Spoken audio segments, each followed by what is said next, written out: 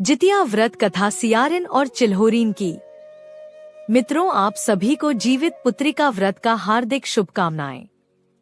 मित्रों, आज हम जीवित पुत्रिका का अत्यंत महत्वपूर्ण कथा सुनाने वाले हैं। जो भी माता और बहनें जीवित पुत्रिका का व्रत रखते हैं तो उन्हें इस मार्मिक कथा को अवश्य सुनना चाहिए। इससे आपकी पुत्रों का आयु लंबी होती है। व्रत करने मात्र से आपके पुत्र के ऊपर आने वाले संकट टल जाते हैं और सुंदर पुत्र रत्न की प्राप्ति होती है और भगवान और ज्योतिया माता आपकी हर मनोकामना पूरी करते हैं। आज हम जितिया या जीवित पुत्रिका व्रत पर सुनी जाने वाली कथा कहानी सुनेंगे, जिसे सुनना अनिवार्य माना गया है। जीवित पुत्रिका का व्रत अश्विन मास में कृष्ण पक्ष को रखा जाता है। सप्तमी के दिन नहाए खाए से व्रत शुरू होता है और नवमी को जितिया का पारण किया जाता है। जीवित पुत्रिका का यह व्रत पुत्रों की आयु की वृद्धि और उन पर आने वाली संकटों को मिटाने के लिए पूरे साल में रखे जाने वाले व्रत में सबसे महत्वपूर्ण माना जाता है। इस व्रत की ऐसी मान्यता है, जो भी इसको सच्चे मन से और पवित्रता से पालन करता है, उनके बच्चे और उनके परिवार पर आने वाले सभी संकट मिट जाते हैं। मित्रों, इस पवित्र कथा का अवलोकन कराने से पहले मैं माता जितिया और जीवित वाहन भगवान से प्रार्थना करता हूँ। हे प्रभु, जो भी इस कथा को अंत तक सुने उसके पुत्र और परिवार की रक्षा करना, और जो इस वीडियो में जय जीवितिया माई कमेंट करे उसकी मदद करना, और जो इस चैनल को सब्सक्राइब करे उसकी घर की गरीबी मिटा देना। मित्रों, चलो अब कथा सुनना आरंभ करते हैं। नर्मदा नदी के किनारे एक बहुत बड़ा पुराना पाकड़ का पेड़ था और पाकड़ के ऊपर घोंसले में एक चिल्होर चिड़िया रहती थी और उसी पाकड़ के पेड़ के नीचे एक खोरी में एक सियारिन रहती थी। दोनों में घनी मित्रता था।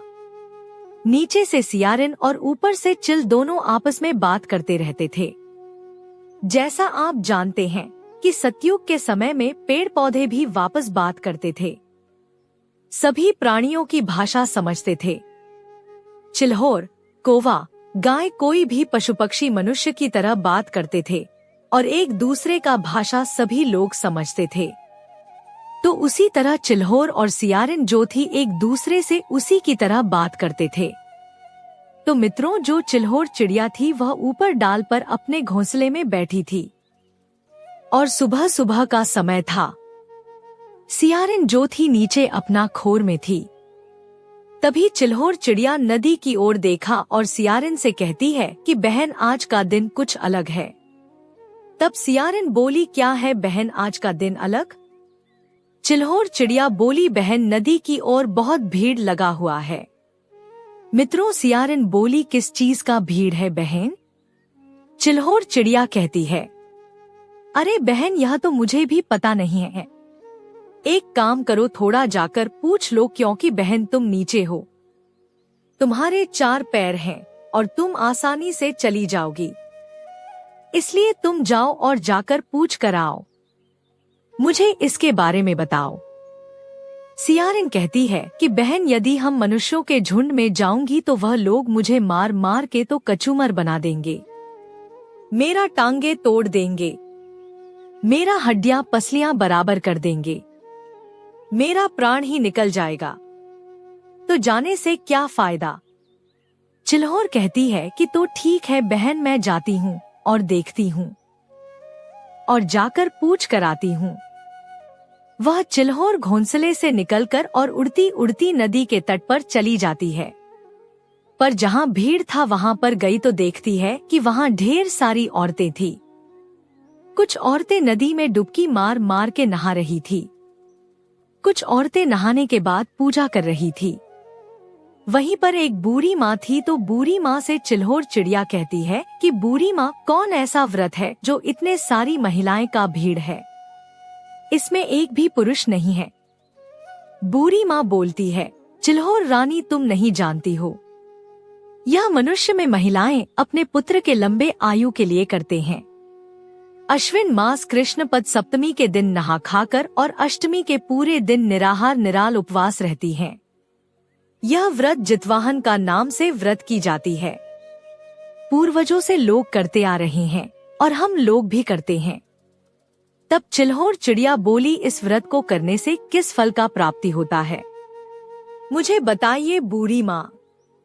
बूढ़िया औरत बोली कि पुत्री चिल्होर, इस व्रत को करने से पुत्र की लंबी आयु होती है, बांझ को भी संतान की प्राप्ति हो जाती है, मरा हुए बच्चा भी जीवित हो जाता है। चिल्होर चिड़िया यह बात सुनकर बोली कि तब तो यह व्रत जो है अति उत्तम है, अति फलदायी है, इसलिए इस व्रत को मैं अवश्य करूंगी। वह चिल्होर वहां से अपने पेड़ की तरफ आई और सियारिन से कहती है कि बहन, यह सभी लोग नहाने आए हैं, क्योंकि वह सभी व्रत रखी थी। यह वह व्रत जो है जीवित पुत्र का व्रत है। जीत वाहन भगवान की पूजा की जाती है और बहन, मैं अपने बच्चों की रक्षा के लिए इस व्रत को अवश्य करूंगी। तब सियारिन कहती है कि मैं भी इस व्रत को करूंगी। तब चिल्होर कहती है कि देखो बहन, करना तो अपनी मर्जी से, क्योंकि मेरा पेट छोटा है, हम दाने चुप कर लाते हैं, किसी दिन नहीं दाना मिलता है तो पूरे दिन भूखे रह जाते हैं, लेकिन तुम्हारा मांस मजीरा खाने वाला बड़ा पेट है, अगर जो मांस मजीरा का महक आ जाएगा तो तुम व्रत खंडित कर दोगी, इसलिए बहन तुम व्रत मत करो, और यदि करना है तो अपना मर्जी से करो, इसका पाप मुझ पर नहीं लगेगा। सियारिन बोली कि बहन, इस व्रत को मैं अवश्य ही पूरा करूंगी। इस प्रकार दोनों ही गंगा में डुबकी मार के स्नान करके और व्रत रख ली। बेचारी चिल्होर रानी जो थी उसी दिन चुनकर दाना लाकर अपने घोंसले में रख दी और अपने बच्चे से बोली कि बेटा, व्रत का दिन मैं तुम्हें अपने चोंच से भोजन नहीं करा पाऊंगी, तुम लोगों को खुद के चोंच से भोजन करना होगा। मैं भोजन अपने मुख से उठाकर नहीं दूंगी, क्योंकि इससे मेरा व्रत खंडित हो जाएगा। जो सियारिन थी वह सियारिन भी जाकर इधर उधर से मांस मजीरा खाकर आ गई। रात्रि बीत गया। जब सवेरा हुआ तो दोनों पूरे दिन उपवास में रही। शाम का समय हुआ तो दोनों गंगा में डूबी मार मार के स्नान की। मित्रों, सबसे पहले यह जानिए कि जो भी स्नान करती हैं, उनको जितिया व्रत के दिन कुएं पर स्नान नहीं करना चाहिए। संभव हो तो आपके नजदीक में किसी नहर तालाब में जाकर स्नान कर लीजिए, और नहीं तो मित्रों कहते हैं, मन चंगा तो कठौती में गंगा। घर में ही कठौती रख के उसमें जल गंगाजल डाल के फूल अक्षत डाल के उसमें यूं भी स्नान कर सकते हैं। मित्रों, इधर चिल और सियारिन दोनों डुबकी मार के स्नान की और शाम का समय में सभी औरतें पूजन कर रही थी।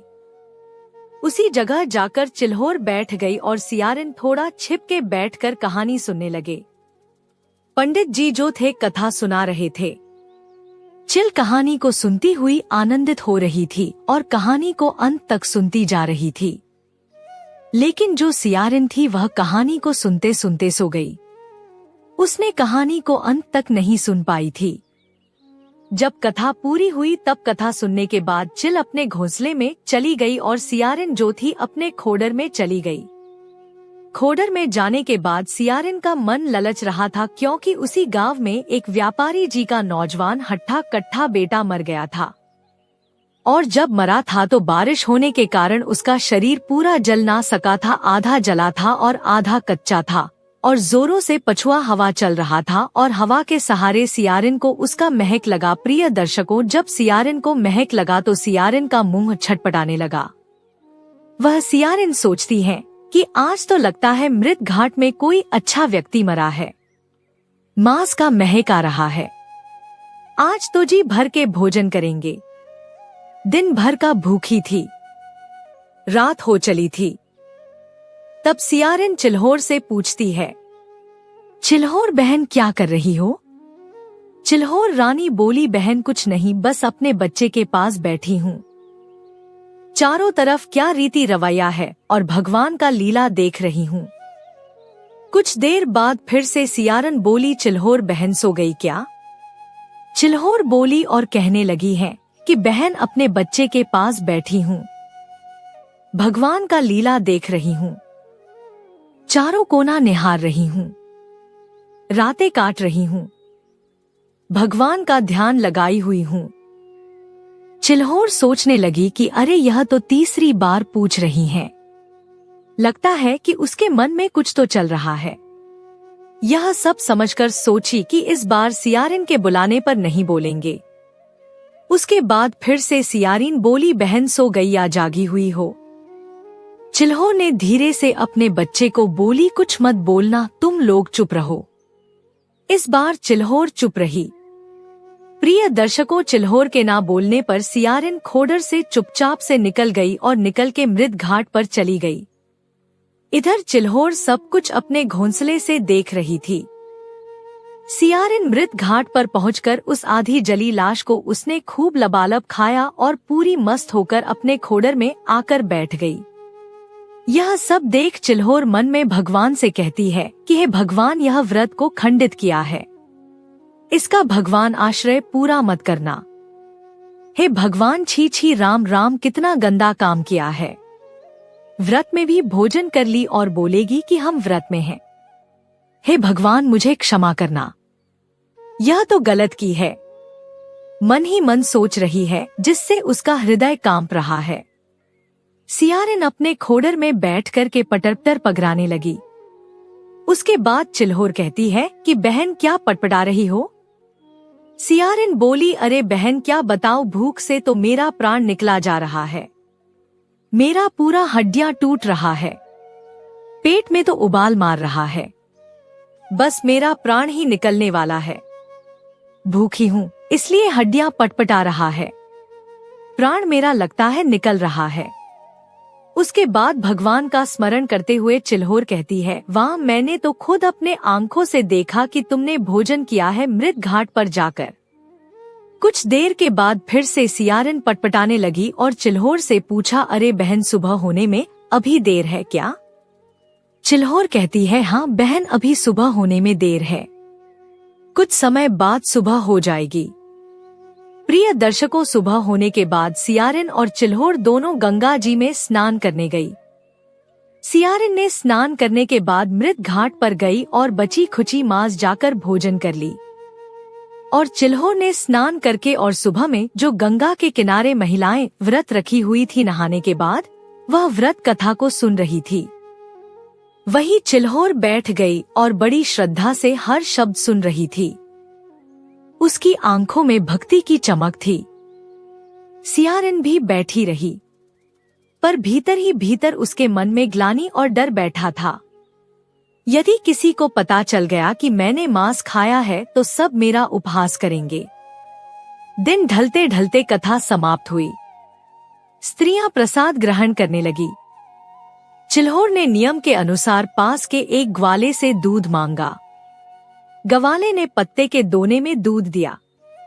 उसने उसी दूध से अपना व्रत खोला और उसके बाद चली गई उसी गंगा के तट पर। लोग प्रसादी चढ़ाए थे, वो बचा खुचा कुछ वहां पर गिरा हुआ था।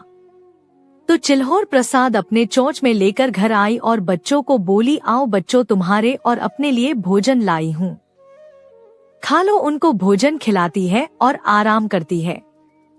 प्रिय मित्रों, उसके बाद समय बीतते बीतते कई वर्ष बीत गया। इसी प्रकार जब जब जितिया का व्रत आता तो चिल्होर और सियारिन दोनों व्रत रखती और हर बार चिल्होर अपने व्रत को बार बार सही नियम और विधि विधान से करती और वहीं सियारिन व्रत रखने के बाद हर बार तोड़ देती, खंडित कर देती थी। ऐसे ही समय बीतने पर चिल्होर कहती है कि बहन, अब मेरा अंतिम समय आ गया है, मैं अपने प्राण को त्याग करने के लिए गंगा में डुबकी लगाऊंगी। तब सियारिन कहती है कि मैं भी अपने प्राण को त्यागने के लिए गंगा में डुबकी लगाऊंगी। सियारिन जब गंगा में कूदने लगी तो कहती है कि हे गंगा माता, अपने शरीर को इस जल में त्याग कर रही हूँ, लेकिन मेरा जन्म एक राजघराने में देना, एक बड़े व्यापारी के यहाँ देना और ब्याह मेरा राजघराने में हो और मैं राजा की पत्नी बनूं। तब चिल्होर कहती है कि हे गंगा माता, मैं अपने शरीर को त्याग कर रही हूँ, लेकिन मेरा जन्म एक व्यापारी के यहाँ देना और मेरा ब्याह एक मंत्री के साथ हो। इस प्रकार से दोनों की मृत्यु हो गया। दोनों एक व्यापारी के घर में जन्म लिए और जो सियारिन थी उसका दूसरे जन्म में उसका नाम शीलावती और चिल्होर का नाम कपूरावती दोनों एक ही घर में जन्म लिए। जो शीलावती थी वह बड़ी थी और कपूरावती जो थी वह छोटी थी, और अब दोनों बढ़ने लगी, दोनों बड़ा होने पर जो उन दोनों के पिता थे अपने बेटियों के ब्याह के लिए वर ढूंढने लगे। ढूंढते ढूंढते राजा के घर गए। राजा का एक बेटा था, उससे ब्याह शीलावती का तय हो गया और कपूरावती का ब्याह मंत्री के बेटे से तय हो गया। दोनों का ब्याह हो गया। दोनों फिर से एक ही जगह चली गई। एक राजा की पत्नी और एक मंत्री की पत्नी दोनों अपने ससुराल में रहने लगी। शीलावती और कपूरावती रहते रहते एक दिन कपूरावती ने एक बच्चे को जन्म दिया और शीलावती ने भी एक संतान को जन्म दिया जिसकी मृत्यु हो गई। कपूरावती का संतान जीवित रहा। इसी प्रकार से कपूरावती ने 7 संतानें को जन्म दिया जो सभी जीवित रहे, लेकिन शीलावती ने भी 7 संतानों को जन्म दिया, लेकिन इसके सभी संतानों की मृत्यु हो जाती। जब शीलावती के संतानों की मृत्यु हो जाती तो वह बहुत दुखी होती और सोचती कि कपूरावती के बच्चे जीवित क्यों रहते हैं और मेरे मर जाते हैं। यह सब सोच सोच के जलने लगी कपूरावती से और उसने उसके 7 पुत्रों को मारने के लिए साजिश किया और अपने सिपाहियों को बुलाया और उनसे कहा, सिपाहियों, जो कपूरावती के 7 पुत्रों के सर को काट दो। इस प्रकार से कपूरवावती के पुत्रों के सर सिपाहियों से कहकर कटवा दिया। लेकिन कपूरवती जितिया का व्रत की थी। जीवित भगवान की कृपा से उसके 7 पुत्र जीवित हो गए, एक भी नहीं मरे। शाम को सर कटवाई तो सवेरे बेटा घर चले आए। कई बार ऐसा कोशिश की, लेकिन उसकी कोशिश भी कामयाब नहीं हुआ। उसका पुत्र मरकर भी जीवित हो जाते थे। धीरे धीरे समय बीत रहा था। एक दिन का बात है कि शीलावती पूरा तरह से हरनाथ धरना ले ली और जाकर कोप कक्ष में सो गई। जब कोप कक्ष में सो गई तो राजा गए और कहने लगे कि रानी, क्या हुआ और क्यों आप इतना क्रोध में है? शीलावती कहती है कि हे राजन, मेरा एक कहना मानिए, नहीं तो हम अपना प्राण को त्याग दूंगी। राजा कहते हैं कि आप कहिए क्या हुआ। मैं वचन देता हूँ आपकी कही हर एक बात पूरी होगी। तब शीलावती कहती है, हे राजन, मेरी बहन के 7 पुत्रों को मारकर उनका सर मुझे दे दीजिए, तभी मैं अन्न जल ग्रहण करूंगी, नहीं तो मैं अपना प्राण त्याग दूंगी। प्रिय दर्शकों, उस सप्तमी का दिन था। राजा कहते हैं कि हे भगवान, एक तो तुम खुद अपने बच्चे का जन्म देती हो और वह मरा हुआ पैदा होते हैं, और तू दूसरे का बच्चे के लिए इतना निर्दयी बन गई हो। ऐसा पाप हम नहीं करेंगे। भले मेरा वचन ही क्यों ना झूठा हो जाए, लेकिन मुझसे यह पाप नहीं होगा। रानी बोली, तो ठीक है, तब आप अपनी पत्नी को त्याग कर दीजिए। यह बात सुनकर राजा का दिल दहल गया और अपने शेर सेना सहित मंत्री के 7 पुत्रों को घुमाने के लिए वन में लेकर चले गए और वन में ही मंत्री का 7 बेटे को मार डाले और पत्ते से उनका शरीर को छिपा दिए और उसका गर्दन सर को लेकर और एक बोरी में बंद करके रानी को दे दिए, जो शीलावती व 7 सरों को पिटारी में बंद कर दी और अलग अलग मोहरे बनाकर उसे अपने सिपाहियों से कपूरावती के पास भेज दिया। कपूरावती कहती है कि भाई मेरे घर में जाकर रख दो। कपूरावती उसको हाथ नहीं लगाई। सप्तमी का दिन था। उस दिन उसका उपवास था। रात्रि हो चुका था। उसके बेटे घर लौट कर नहीं आए। उसने बहुत इंतजार की। अष्टमी का दिन भी बीत गया। अष्टमी के दिन बेचारी उपवास रह गई। उस दिन भी इंतजार की, लेकिन उसके बेटे भी नहीं आए। कपूरावती बार बार सोच रही थी अपने बेटों के बारे में, बहुत रोती चिंता करती विलाप करती है। इधर ब्रह्मलोक में भगवान शंकर, भगवान ब्रह्मा और भगवान विष्णु सभी विचार करने लगे कि जितवाहन को क्या हो गया है, उसके भक्त पर कितना बड़ा संकट आ गया है और वह अपने भक्त के लिए कुछ भी नहीं कर रहे हैं।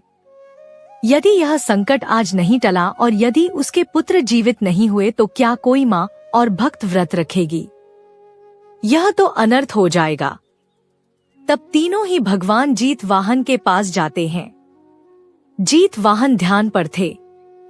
उन तीनों परमेश्वर ने उनका ध्यान से जगाया और कहा, देखिए पृथ्वी पर आपके भक्त के साथ क्या हो रहा है। तुम्हारे भक्त के साथ अन्याय हो रहा है। जितवाहन तुरंत चले गए। शीलावती के घर उसके घर जाकर उसके संदूक में भरे हुए 7 सर को ले आए और वन में ले जाकर उसे जोड़कर और अमृत जल छिड़क दिए। 7 पुत्र जीवित हो गया और 7 पुत्र को जीवित हो जाने के बाद वह सभी पुत्रों को घोड़े पर सवार करके कपूरावती के घर भगवान जीतवाहन स्वयं पहुंचा दिए। कपूरावती बहुत चिंतित थी कि अरे रात्रि बीत गया है, मेरे बेटे अभी तक नहीं आए। तभी उसके पुत्रों ने दरवाजा को ठोका खोलने के लिए। वह भागती दौड़ती दरवाजे के पास आई और दरवाजा खोली। जब दरवाजा खोली तो सभी बेटे पर नजर पड़ा। तब उसके बेटों ने अपनी माता को सारा हाल बताया कि हमें राजा साहब वन में ही छोड़ दिए थे और वह लौट कर चले आए थे। उसकी आंखों से खुशी के आंसू बह निकले। उसने भगवान को हृदय से धन्यवाद दिया। दूसरी ओर शीलावती प्रतीक्षा करती रही कि उसकी बहन विलाप करेगी, पर जब सैनिकों ने आकर बताया, रानी आपकी बहन के पुत्र तो जीवित हैं और वह घर में आभूषण पहने हंसी खुशी से प्रसाद बांट रही है। यह सुनते ही शीलावती का चेहरा पीला पड़ गया। वह खुद देखने दौड़ी और स्तब्ध रह गई। सुबह हुआ तो सुबह प्रातः काल में ही स्नान की। स्नान करके अपने पुत्रों को भी स्नान करवाई और पूजन के समय कपूरावती भगवान जीतवाहन का पूजा की। पूजा करके और मन ही मन सोचती है कि मेरी बहन ने मेरे लिए क्या भेजी है, जरा देखते हैं। जब संदूक को खोल कर देखी तो उसके बच्चों का सर, सोने का गहने, हीरे जवाहरात में सब बदल गया था। बेचारी अपना हीरा गहना पहन के और पूरा तन को जड़ ली।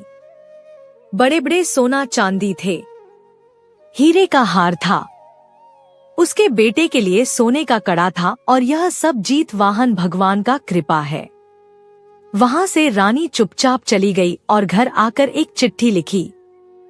चिट्ठी लिखकर और सिपाही को दी और कहा, है सिपाही यह चिट्ठी ले जाकर मंत्री जी को दे देना। सैनिक ने वह चिट्ठी ली और ले जाकर मंत्री जी को दे दिया। मंत्री चिट्ठी पढ़कर बोले कि ठीक है। मंत्री जी घर आए और अपनी पत्नी से बोले कि रानी आपको महारानी ने आपको बुलावा भेजा है और तुमको ले जाने के लिए रथ और घोड़े आए हैं। तब मंत्री की पत्नी बोली, है महाराज मैं रथ और घोड़े से नहीं जाऊंगी। हम ठहरे एक मंत्री की पत्नी राजा की पत्नी थोड़ी हूँ। मैं पैदल ही चली जाऊंगी और जाकर उसे बोल दीजिए गांव के पश्चिम में नदी के तट पर एक पीपल का पेड़ है, उसी पीपल के पेड़ के पास आ जाए और मैं भी उसी पीपल के पेड़ के पास बैठकर उसका इंतजार करूंगी। मंत्री की पत्नी अपने घर से जाकर पीपल के वृक्ष के पास बैठ गई। रानी भी उसी जगह पर गई। रानी कपूरवती से क्षमा मांगते हुए कहती है कि बहन कौन सा व्रत करती हो जो तुम्हारा पुत्र जीवित रह जाता है और मेरा पुत्र मर जाता है। मैंने अपने ही हाथों से तुम्हारे संतानों को कई बार मारा, लेकिन तुम्हारे पुत्र मरकर भी जीवित हो जाते हैं। कौन सा व्रत करती हो, मुझे भी बताओ और कौन सा व्रत किया है। उस व्रत की कृपा से यह सब होता है। तब कपूरावती कहती है कि बहन अपने पूर्व जन्मों को याद करो। तुम एक सियारिन थी और मैं चिल्होर थी। बहन चलो मेरे साथ और उसे पकड़कर नर्मदा नदी के किनारे उसी पाकड़ अद्याज का पेड़ था, उसी पास देखो, इस पर मेरा घोंसला था और नीचे तू रहती थी। हम दोनों गंगा में समाधि लिए थे और अपने प्राण को त्याग दिया था और मैंने बोला था कि पूर्व जन्म मुझे याद रहे और तुम बोली थी कि हे भगवान मैं राजा की पत्नी बनूं। मैंने बोला था कि मंत्री का पत्नी बनूं। तो बहन तुम्हारा बच्चा इसलिए मर जाता है कि तूने व्रत खंडित की थी। हमने दोनों व्रत किया था। तू मांस खा ली थी और मैं पूरे दिन और पूरा रात निराहार रही थी। इसी कारण तुम्हें यह दंड मिला है। बहन जो भी यह व्रत सच्चे मन से सच्चे हृदय से करते हैं उनका पुत्र का लंबा आयु हो जाती है। घर में धन की वृद्धि होती है, सुख शांति मिलती है। लेकिन बहन, तूने एक व्रत खंडित की थी। हाथ जोड़कर विनती करके बहन कहती है, हे बहन, हम भी इस व्रत को करेंगे, मुझे विधि बता दो। बोली कि देखो बहन, हम कुश का कीर्ति बनाते हैं, जितवाहन और फल हरिया रखते हैं और उसी का पूजा करते हैं और पूरे दिन और पूरा रात निराहार निराजल रहते हैं, एक खैर भी नहीं खाते हैं, दत्वन भी नहीं करते हैं। इसीलिए मेरे पुत्रों का आयु लंबा है और मेरा पुत्र मरकर भी जीवित हो जाते हैं।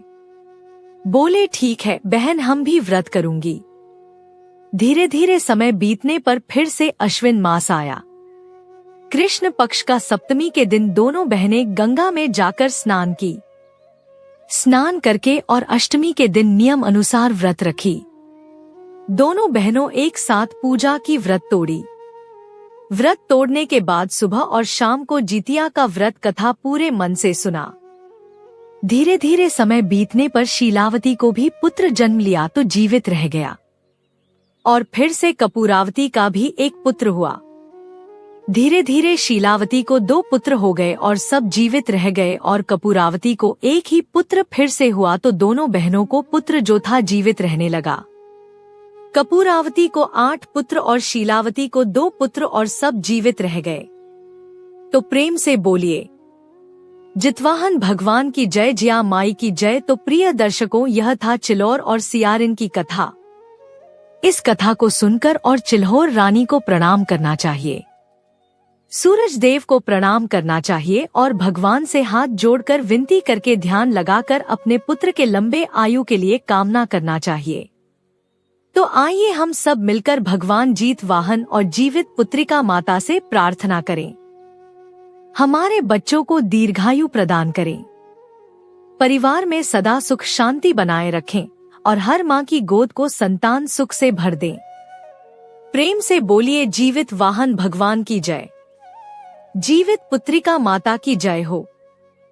प्यारे मित्रों, यह कथा आपको कैसी लगी हमें कमेंट करके जरूर बताइए, और अच्छा लगा हो तो शेयर कीजिए, जिससे अन्य व्रत रखने वाली माता और बहनें सुने और लाभ उठाएं।